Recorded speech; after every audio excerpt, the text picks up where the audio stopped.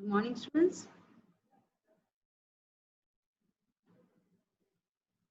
On the behalf of Sri Siusha College of Commerce, Management and Computer Education, I am Ami Sanghvi, warmly welcomes all of you. Your class is BBA Semester 3, subject is Corporate Account. Let's continue today's session.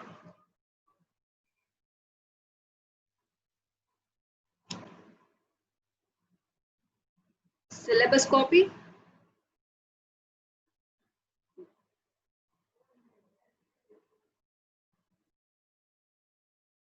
Unit 4B, Analysis and Interpretation of Financial Statement, Ratio Analysis. અત્યારે આપણે ચાલુ છે. આજનો આપણો lecture છે day 12, lecture number 12.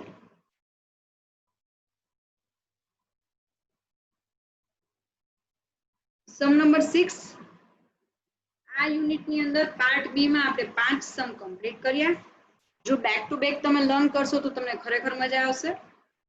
Last day માં સેશનમાં આપણે જે સમ નંબર 5 કર્યો હતો એના જેવો સિમિલર, કારણ કે એક જ સમ થી તમને લોકોને ન ફાવી જાય, તો પ્રેક્ટિસ માટે એના જેવો સિમિલર સમ વિથ કેલ્ક્યુલેશન્સ, થોડા ઘણા મોડિફિકેશન સાથે આપણે સેમ એના જેવો સમ આપણે લઈએ છીએ, જે સૌરાષ્ટ્ર યુનિવર્સિટી TY BCom 2006 માં પૂછાયેલો છે.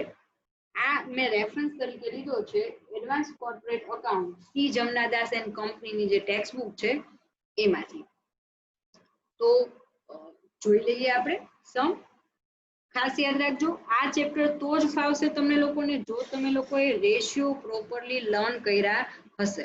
તો અગાઉ આપણે જે કાંઈ પણ કમ્પ્લીટ કર્યું છે અને પ્લસ તમારા ગ્રુપની અંદર મેં ટેક્સ્ટ બુકની અંદરથી તમે લોકો રેશિયોના બાકીની ફોર્મ્યુલાઝ પણ જોઈ શકો છો. અત્યાર સુધી જેટલી પણ આપણે સમ કર્યા એ તમામ ફોર્મ્યુલા મેં તમને ઓલરેડી એક્સપ્લેન કરી દીધી છે. ઓકે, તો આજનો સમ સ્ટાર્ટ કરીએ. સૌથી પહેલા રકમ જોઈ લઈએ. Following are the details of Unique Limited as on 31st March 2006. Equity share આપણને 5 લાખ આપ્યા છે. પ્રેફરન્સ શેર આપ્યા છે 10% પ્રેફરન્સ શેર છે 2.50 લાખ 2,50,000. 10% ડિબેન્ચર આપ્યા છે 75,000. 10% લોંગ ટર્મ લોન આપેલી છે 50,000. રિટેન અર્નિંગ એટલે કે જે આપણે અહીંયા રિઝર્વ અને સરપ્લસ તરીકે જે ગણીએ છીએ, રિટેન અર્નિંગ એટલે નફા નુકસાન ખાતું થયું, તો એ છે 1,25,000, 1,25,000. નેટ પ્રોફિટ આફ્ટર 60% ટેક્સ આપવામાં આવેલો છે 1,25,000. કરંટ એસેટ્સ છે, ફિક્સ એસેટ આપી છે 8,75,000. કરંટ એસેટ્સ આપવામાં આવેલી છે 3,75,000. ફિક્ટિશિયસ એસેટ છે 25,000 ની. ઓપનિંગ સ્ટોક 92,500 અને જ્યારે ક્લોઝિંગ સ્ટોક આપવામાં આવેલો છે 75,000. એડિશનલ ઇન્ફોર્મેશન પર નજર નાખીએ. આમાંથી તમારામાંથી ઘણા બધા લોકો હજી ટેક્સ્ટ બુક ગામડે રહેતા હોય તો અહીંયા લેવા નથી આવી શક્યા, મને ખ્યાલ છે.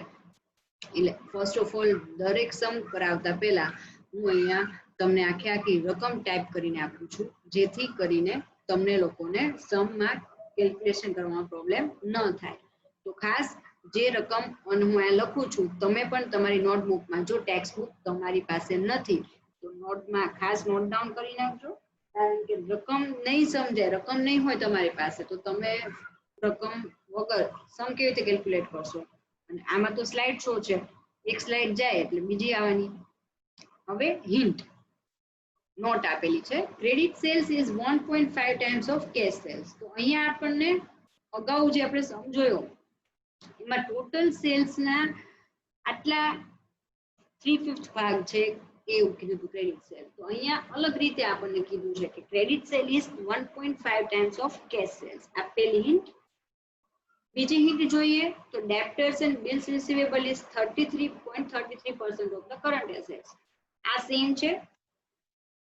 GP ratio is 33% of the sales. અગાઉ આપણને અલગ હિન્ટ આપી હતી, અહીંયા આપણને જીપી રેશિયો આપી દીધો છે 33% સેલ્સમાં. Stock turnover ratio is 10 times, જે સેમ છે અગાઉના સમ જેવું જ. નેક્સ્ટ કયા 4 રેશિયોઝ કેલ્ક્યુલેટ કરવાના છે. પહેલું છે net NP ratio, second operating ratio, third return on capital employed ratio, fourth return on shareholders fund ratio, fifth return on equity shareholders fund ratio, sixth debtor ratio. આટલા રેશિયો આપણે અગાઉના સમમાં પૂછ્યા હતા, સિમિલર એના જેવા જ છે. નવા બે રેશિયો આપણે એડ કરી રહ્યા છીએ જે અત્યાર સુધી પૂછાયેલા નથી, મતલબ કે અગાઉ આપણે સમ કેલ્ક્યુલેટ કર્યા એમાં નહોતા. તો નેક્સ્ટ આવે છે ઓનરશિપ રેશિયો અને ગિયરિંગ રેશિયો. આ બંને રેશિયો એવા છે કે જે અમુક સમ તમે બુકમાં જોશો તો એના આન્સર તમને પર્સન્ટેજમાં આપ્યા છે, અને અમુક સમ તમે જોશો તો એમાં ઇઝ ટુ એટલે કે પ્રમાણમાં આપ્યા છે. તો બંને રીતે તમે કેલ્ક્યુલેટ કરી શકો છો. તો ટોટલ આજના સેશનમાં આપણે વર્કિંગ નોટ થોડીક વધશે અને બે રેશિયો નવા એડ થયા છે. તો સ્ટાર્ટ કરીએ વર્કિંગ નોટ થી. નેસેસરી કેલ્ક્યુલેશન્સ એટલે કે working note. First of all આપણે એવરેજ સ્ટોક ફાઇન્ડ કરશું, કારણ કે સ્ટોક ટર્નઓવર રેશિયોમાં આપણે એવરેજ સ્ટોકની જરૂર પડશે. Opening plus closing divide by 2 કરતા ઓપનિંગ સ્ટોક આપણને રકમમાં આપવામાં આવેલું છે 92,500 પ્લસ ક્લોઝિંગ સ્ટોક છે 75,000, એટલે એવરેજ આપણને મળશે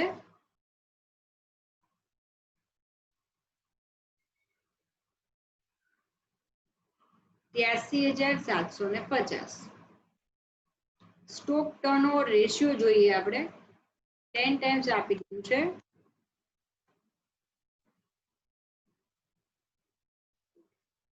અ 92,500 પ્લસ 75,000 કરીએ એટલે આપણને મળશે 1,67,500 ડિવાઇડ બાય 2 કરીએ એટલે એવરેજ સ્ટોક મળે છે 83,750. હવે સ્ટોક ટર્નઓવર રેશિયો આપણને આપી દીધો છે 10 ટાઈમ્સ.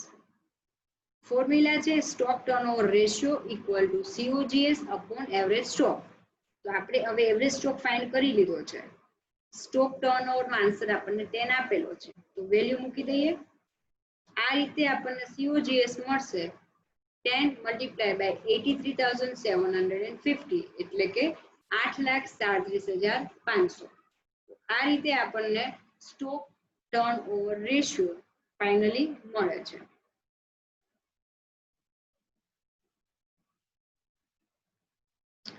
નેક્સ્ટ કેલ્ક્યુલેશનમાં આપણે જોઈએ GP ratio is 33% of the sales. તો આપણે અઝમ્પશન લેશું જીપી ની ફોર્મ્યુલા શું છે સેલ્સ માઇનસ COGS.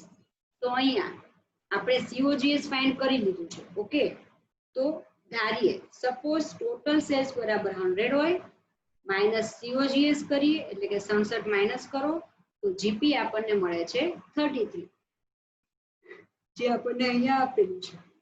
એટલે અહીંયા કર્યું શું આપણે તો કે સેલ્સ 100 ધારી લીધા, જીપી 33% આપ્યા હતા એ ધારી મૂકી દીધા, એટલે 100 અને 33 નો ગેપ છે એ આવે છે 67, જે COGS ગણાશે. આગળ જતા આપણે કેલ્ક્યુલેટ કરીએ COGS 67 હોય તો ટોટલ સેલ્સ 100, તો COGS આપણે શું ફાઇન્ડ કર્યું 8,37,500. તો ટોટલ સેલ્સ કેટલું તો ટોટલ સેલ્સ આપણને મળે છે 12,50,000. ઓકે, તો હવે આપણી પાસે સેલ્સ ની અમાઉન્ટ છે. હવે આપણે એના બેઝ ઉપર એના આધારે ક્રેડિટ સેલ્સ શોધવાનું છે. નેક્સ્ટ હિન્ટ શું છે credit sales is 1.5 times of cash cells.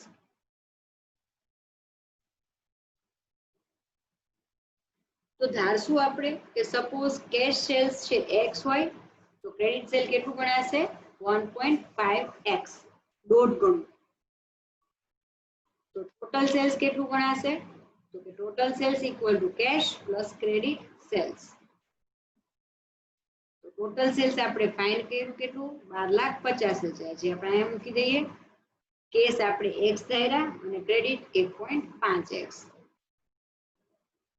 આપણને આન્સર મળે છે 12,50,000 બરાબર 2.5x. હવે x ને અલગ પાડવા છે તો અહીંયા 2.5 x ની સાથે મલ્ટીપ્લિકેશનમાં છે, સામે જશે તો ડિવિઝનમાં આવી જશે.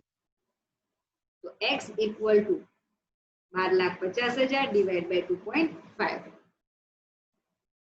x બરાબર આપણને આન્સર મળશે 5 લાખ. x આપણે શું ધાર્યું હતું? Cash sales. તો હવે એ જોઈ લઈએ. Cash sales equal to x equal to 5 lakh. Credit sales equal to 1.5x. તો 1.5 ઇન્ટુ x ની વેલ્યુ કેટલી છે? 5 લાખ. એ મૂકીએ તો આન્સર મળશે ક્રેડિટ સેલ્સ ઇક્વલ ટુ 7,50,000. તો આ રીતે આપણને ક્રેડિટ સેલ્સ મળે છે. નેક્સ્ટ વર્કિંગ નોટ લઈ લઈએ. GP equal to total sales minus COGS. હવે આપણી પાસે બંને છે. ટોટલ સેલ્સ આપણે ફાઇન્ડ કર્યું 12,50,000. COGS ફાઇન્ડ કર્યું 8,37,500. જીપી મળશે 4,12,500. ઓકે.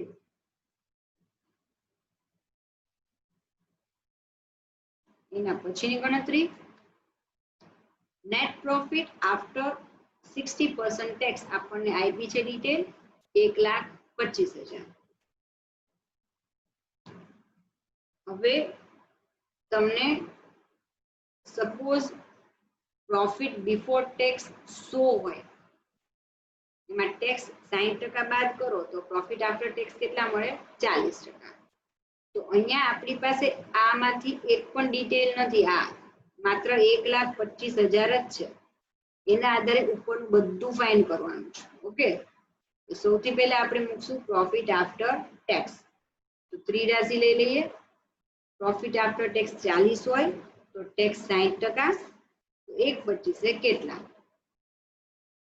તો 1,87,500 આપણને મળશે ટેક્સ. એ આપણે અહીંયા મૂકી દઈએ.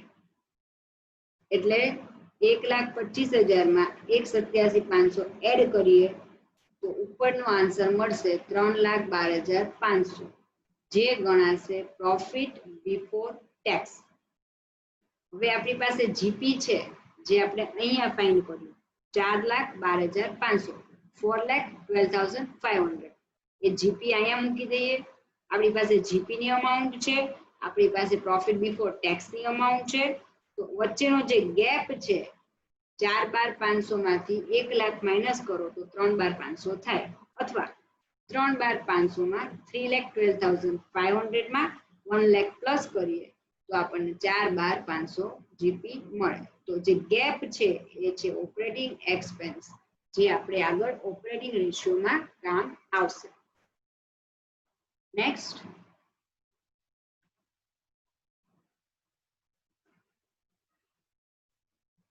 હવે આપણે ફાઇન્ડ કરવાનું છે profit before interest and tax capital employed માટે. ઓકે. તો હવે આપણી પાસે પ્રોફિટ બિફોર ટેક્સ આપણે ફાઇન્ડ કરી લો 3,12,500 અગાઉના વર્કિંગ નોટમાં. ઓકે.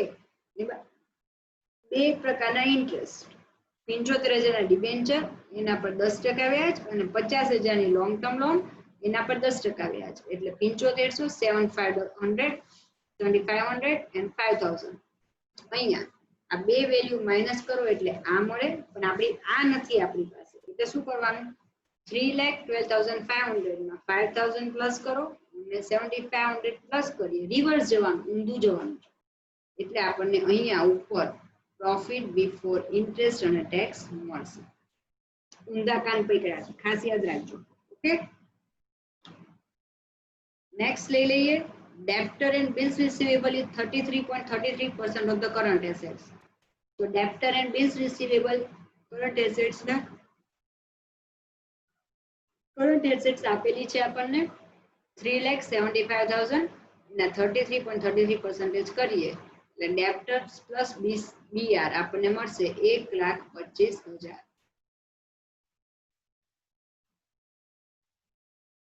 હવે જરૂરી તમામ પ્રકારના કેલ્ક્યુલેશન્સ આપણને મળી ગયા છે. ગણતરી નાની મોટી થઈ ગઈ. હવે સ્ટાર્ટ કરીએ. NP ratio equal to formula છે NP upon sales into 100. Net profit આપણે ફાઇન્ડ કરી લીધું છે. ખાસ અહીંયા આફ્ટર ટેક્સ લેવાનું છે. 1,25,000, સેલ્સ છે 12,50,000. આન્સર મળશે આપણને 10%.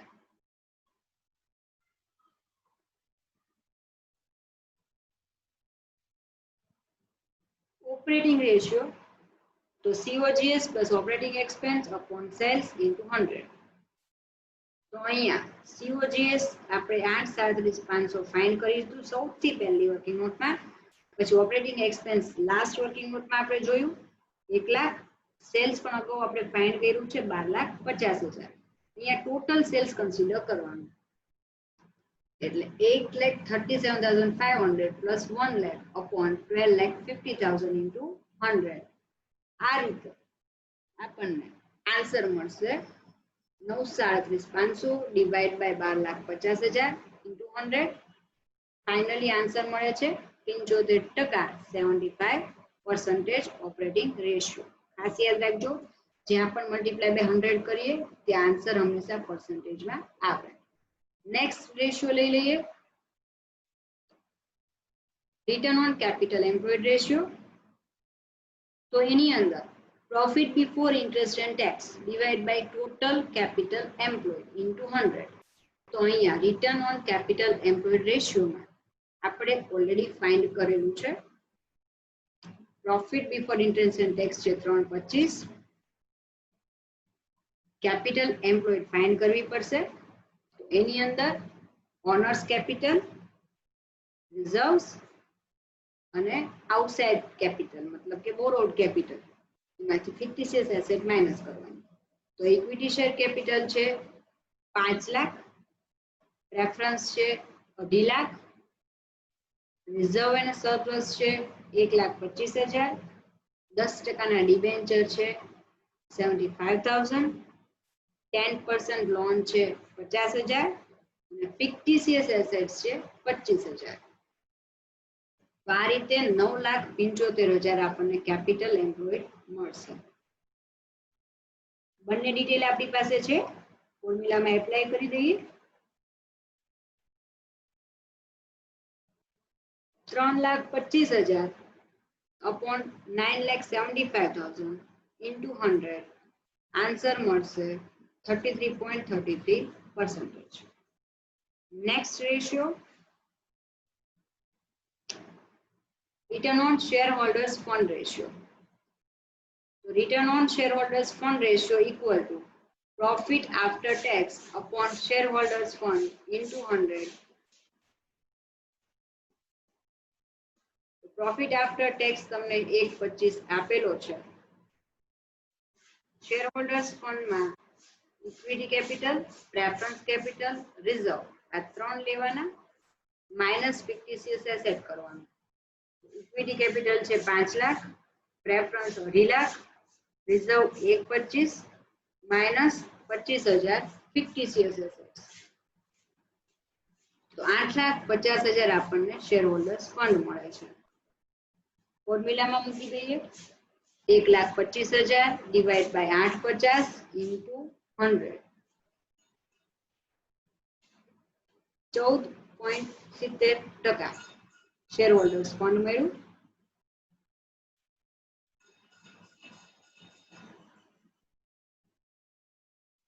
Return on equity share holders fund ratio. હવે ઇક્વિટી શેર હોલ્ડરના ફંડના રેશિયો આપણે ધ્યાનમાં લેવો છે. તો profit after tax minus preferential dividend upon equity share holders fund into 100. Profit after tax આપણને આપી દીધો છે ઓલરેડી 1,25,000.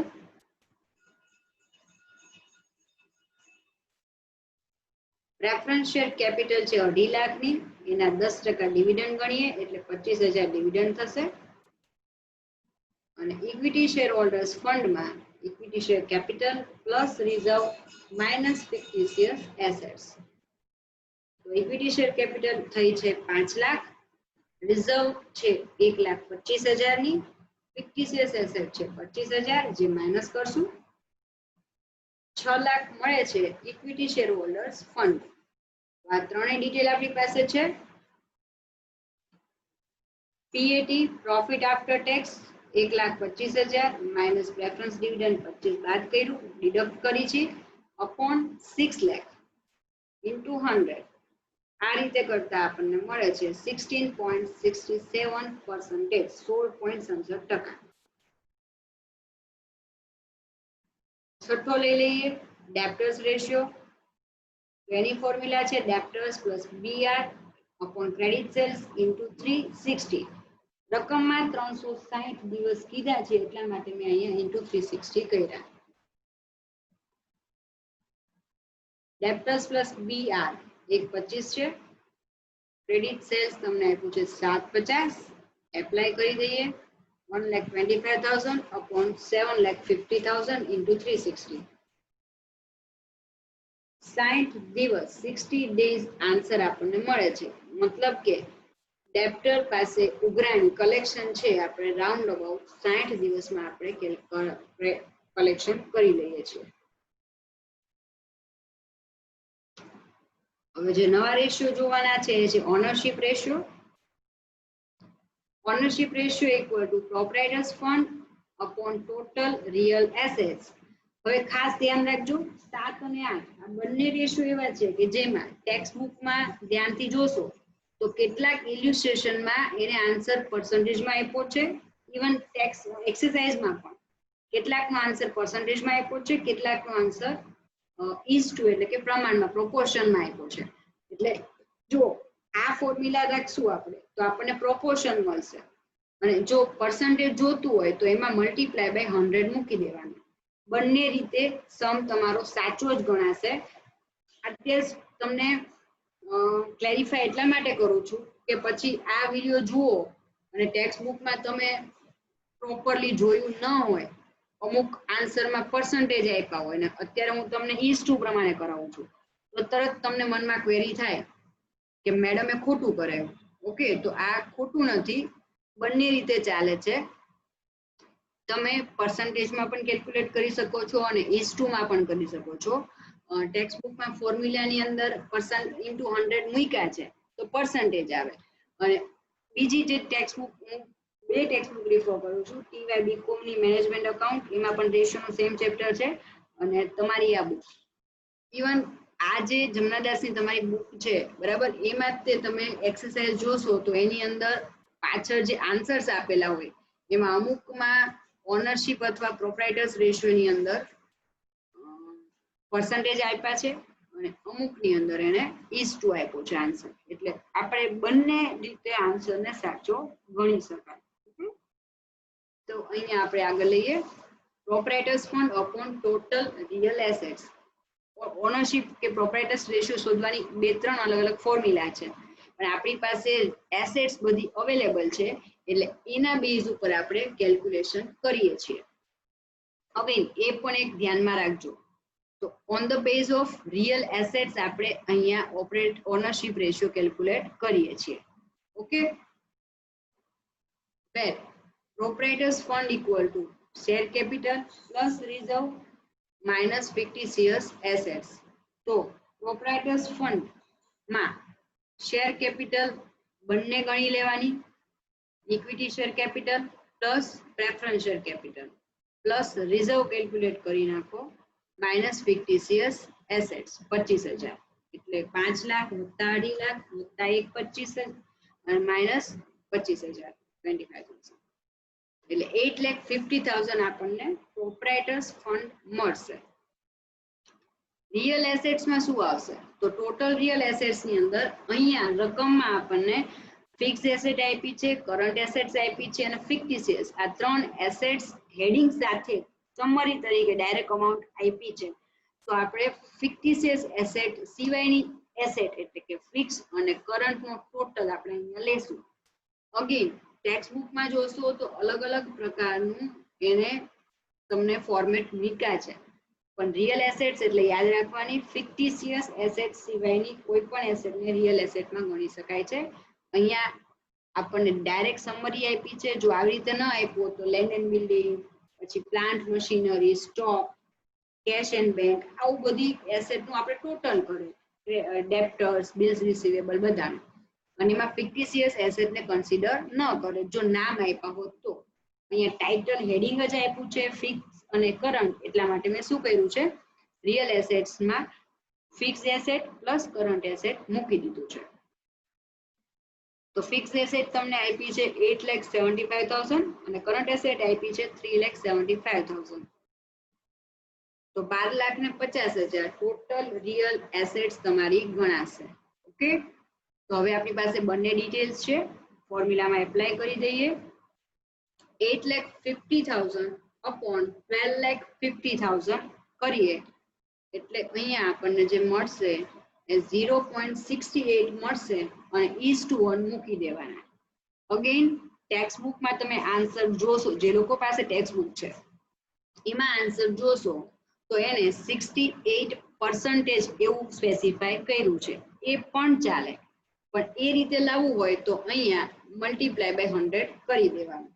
એટલે તમે આ રીતે લખશો તો પણ તમારો આન્સર ખોટો નહીં ગણાય.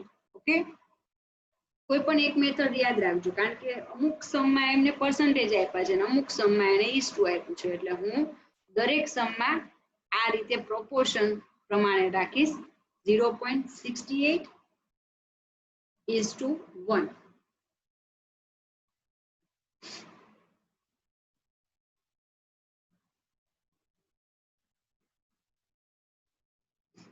એટલે અહીંયા is/2 એટલે કે પ્રોપોર્શનમાં કરશો તો પણ ચાલશે, અને જો તમારે પર્સન્ટેજમાં કેલ્ક્યુલેટ કરવું હોય તો આ રીતે થશે.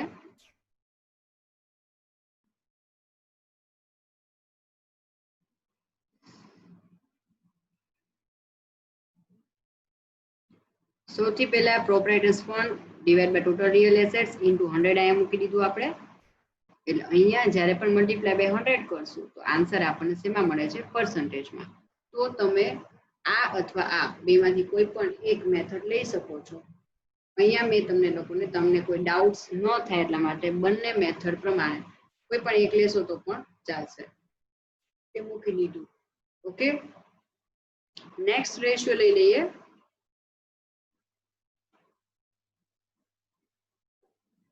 ગિયરિંગ રેશિયો, એની ફોર્મ્યુલા છે ફિક્સ ચાર્જ બેરિંગ કેપિટલ, એટલે એવી કેપિટલ કે જેના પર ફિક્સ તમે વ્યાજ ચૂકવતા હોય. Okay, divide by equity share capital. તો જ્યાં ફિક્સ ચાર્જ બેરિંગ કેપિટલ એટલે શું થશે? તો કે 10% પ્રેફરન્સ શેર કોઈ પણની આગળ જ્યારે પર્સન્ટેજ આપ્યા હોય તો એનો ફિક્સ ચાર્જ થઈ ગયો કહેવાય, તો એને ફિક્સ ચાર્જ બેરિંગ કેપિટલ કહેવાય. તો 10% પ્રેફરન્સ શેર અને 10% ડિબેન્ચર. એટલે અહીંયા બંને કેપિટલ ગણી શકાય, ઓનર્સ કેપિટલ અને બોરોડ કેપિટલ બંને કેપિટલ ગણી લેવાની, divide by equity share capital. તો અહીંયા ફિક્સ ચાર્જ બેરિંગ કેપિટલમાં 2.5 લાખ પ્રેફરન્સ શેર ગણવાના છે અને 75,000 ડિબેન્ચર, એટલે ટોટલ અમાઉન્ટ થશે 3,25,000. વેલ્યુ મૂકી દઈએ. 3.25 ફિક્સ ચાર્જ બેરિંગ કેપિટલ અને ઇક્વિટી શેર કેપિટલ આપણને ખ્યાલ જ છે, રકમમાં ડાયરેક્ટ આપેલું જ છે 5 લાખ, એ સીધું મૂકી દીધું આપણે. એટલે એનું પ્રમાણ આવે છે 0.65:1. આને પણ તમે અગાઉ આપણે જેમ કર્યું એમ પર્સન્ટેજમાં જો કેલ્ક્યુલેટ કરવું હોય, કન્વર્ટ કરવું હોય તો કરી શકાશે. મલ્ટીપ્લાય બાય 100 કરો એટલે પર્સન્ટેજ થઈ જશે. આમાં હું તમને એ વસ્તુ કરીને બતાવતી નથી, તમને આઈડિયા આવી ગયો હશે. તો આઈ હોપ કે આ 8 ફોર્મ્યુલા રેશિયોની તમને લોકોને સમજાઈ ગઈ હશે. 6 સમ આપણે કમ્પ્લીટ થયા. મોસ્ટ પ્રોબેબલી જે પૂછાય છે એવા તમામ પ્રકારના ફોર્મ્યુલાસ છે, રેશિયોને આપણે કવર અપ કર્યા છે. હજી પણ ઘણું નવું છે. અલગ અલગ 2 વર્ષની અથવા 2 કંપનીની બેલેન્સ શીટ આપી હોય અને બંનેના રેશિયો ફાઇન્ડ કરવાના, મિસિંગ વેલ્યુ ફાઇન્ડ કરવાની, ઘણી અલગ અલગ પ્રકારની મેથડ્સ છે જે આપણે સ્ટેપ બાય સ્ટેપ કરશું. ઓકે, આઈ હોપ કે આ સેશનમાં તમને સમજાણું છે. જો ક્યાંક કોઈ વસ્તુ ન સમજાતી હોય કે તમને ડાઉટ લાગે તો જેમ તમે કમેન્ટ કરો છો, તો જો આ સમ તમને સમજાણો છે તો તમે 100% એને લાઈક કરશો તો મને ગમશે. તમારા સજેશન્સ અને તમારી ક્વેરીઝ કોઈ પણ પ્રકારની હશે એની ટાઈમ તમે વોટ્સઅપ ની અંદર. હવે બીજી એક વાત, કમેન્ટ્સ જે વચ્ચે છઠ્ઠા લેક્ચરની અંદર સેશનમાં આપણે કમેન્ટ મૂકી હતી, એટલે એકચ્યુઅલમાં આપણે જે ચેનલ બનાવી છે એમાં એક યુનિવર્સલી રૂલ રાખ્યો છે કે કમેન્ટ ઓફ રાખવાનું હોય. ખ્યાલ નથી કે વિડીયોમાં કેવી રીતે ઓન રહી ગઈ હતી, તો જે સ્ટુડન્ટે કમેન્ટ કરી હતી એની કમેન્ટ મેં ડિલીટ કરી હતી. રીઝન છે કારણ કે કોઈ પણ વિડીયોમાં કમેન્ટ્સ ઓન રાખવાની નથી, એટલા માટે પ્રોસિજર મેં ફોલો કરી. હા, તમને ક્વેરી હોય તો 100% તમે અમારા વોટ્સઅપ નંબર પર, ગ્રુપની અંદર દરેક ફેકલ્ટીના વોટ્સઅપ નંબર છે જ, તો એ જે તે ગ્રુપમાંથી તમે વોટ્સઅપ નંબર લઈને અમને વોટ્સઅપ મેસેજ કરી શકો છો. અમારી બને એટલી અનુકૂળતા, જુઓ તમે જેવી ક્વેરી મૂકી લગભગ 3-4 દિવસ થયા હશે, તો 4 દિવસની અંદર નેક્સ્ટ અત્યારે જે મેં પીપીટી બનાવી એમાં તરત એનું પ્રમાણેનું અપડેશન મૂકી દીધું. મેક્સિમમ અમે લોકો પ્રયત્ન કરીએ છીએ કે તમારા સુધી સાચી અને સચોટ માહિતી પહોંચે.